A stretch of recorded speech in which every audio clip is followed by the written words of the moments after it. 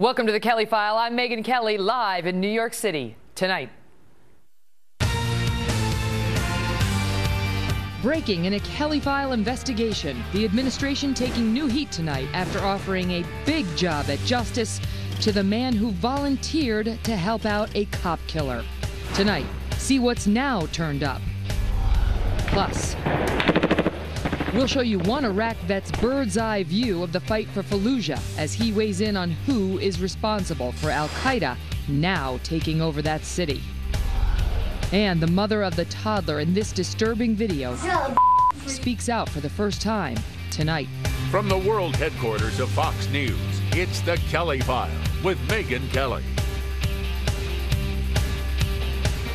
Good evening, everyone. We start tonight with a stunning new jobs report revealing an alarming new first, as the number of Americans who could be working but are not hits an all-time record low. A new report reveals that 92 million Americans, nearly one-third of the country, could be in the labor force but are not. 92 million. In just December, more than 500,000 Americans gave up looking for work. And the implications of that are not good. Not good for them and not good for this country.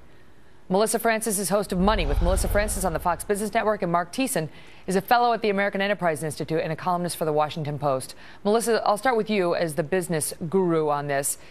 The December jobs numbers were bad. They were bad by any standard. But the more significant number that just came out, because the jobs numbers, they go up, they go down, is the number of people who gave up. Put it in perspective. No, I mean, it's an enormous number. These are people that have just gone to the sidelines and totally given up. They've said, I can't find a job. I might as well not even look anymore. And on the left, they like to say that these are baby boomers that are retiring, but that's only a tiny fraction of these folks. I mean, these are just a lot of people who've gone out there and said, it doesn't make sense for me to work anymore. Maybe it's more profitable not to. There are so many programs out there. Mark, we have heard from this president that the focus of his second term is going to be income inequality.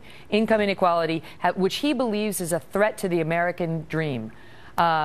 These numbers and the people who have given up on finding a job in this economy prove that he's right, that it is a threat to the American dream, but that begs the question of who's responsible. Well, income inequality isn't a threat to the American dream because, I mean, for example, if you were a CEO and I was a factory worker and both of us got a 30% increase in our income inequality would increase, but we'd both be better off, right? Right. Because you would make more money than I do, but we'd both be making more. You're not going to make me do math, right? That's not where this is going, is it? But the problem is that the factory worker is on unemployment because he can't find a job. I mean, the problem is that the economic recovery policies of the Obama administration are not working. The main problem in this country is not that the social safety net is too generous. It's that too many people need the social safety net. This is the worst economic recovery since the Great Depression. The economy is not creating enough jobs to keep up with population growth. And so you've got millions of Americans who are dependent on government who don't want to be dependent on government. They're one-third of the American people, stunning statistic, one-third have at one time or another since Barack Obama took office slipped below the poverty line. Wow. Think about that. Wow. And so people want the dignity of work. They want opportunity, and they can't have that in the Obama economy. Look at this. It hasn't been this bad, Melissa, these numbers, since 1978. The workforce participation rate hasn't been this bad since 1978. No, and what's really interesting is that the president's pet issue, which is this income inequality, actually got worse in the month of December, this deep into his administration. The stock market, you'll notice, is through the roof. I mean, last year the Dow was up 26%. It had its best year in 18 years. That is because of the Federal Reserve's policies, because of Washington policies. That has made the rich so much richer. At the same time, when you're looking at the employment numbers this month, the number of hours worked fell. That means that people who actually have a job, more of them were part-time. Yeah. Wages were stagnant, and the number of temporary workers went up. But the president wants to turn around and blame the rich for getting richer. Meantime, the people are putting their money in the market because there's no other place to make money right now, given that there's you don't make any interest on your money. Here's what I want to point out. The statistics are terrible for what these numbers mean for the United States of America. It's not just your neighbor's problem if your neighbor is unemployed. Just a couple to tick off. It's a huge risk factor for divorce to be long time unemployed and had to withdraw from the workforce. Yeah. Worse than the loss of a spouse, they say, in terms of stress level. Significant increase in death rates in the year after you've become unemployed and don't want to be. 2 times more likely to experience depression, low self-esteem. It negatively affects some parenting practices. Children become more distressed. This is all from the American Psychological Association.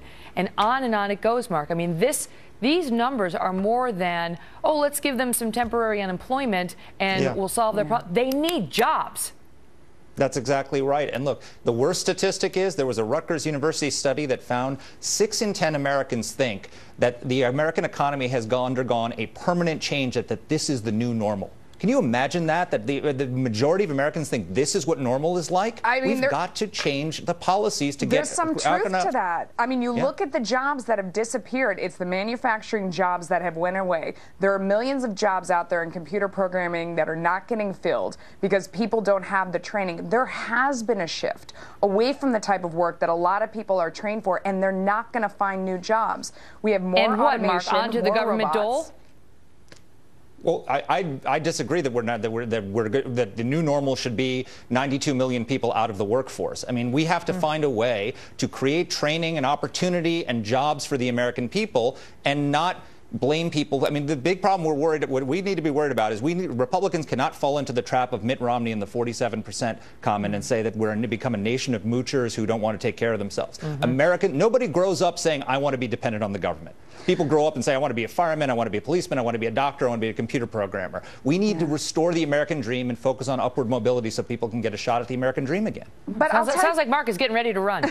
I got to go. I got to run. See you guys. Thanks, Megan.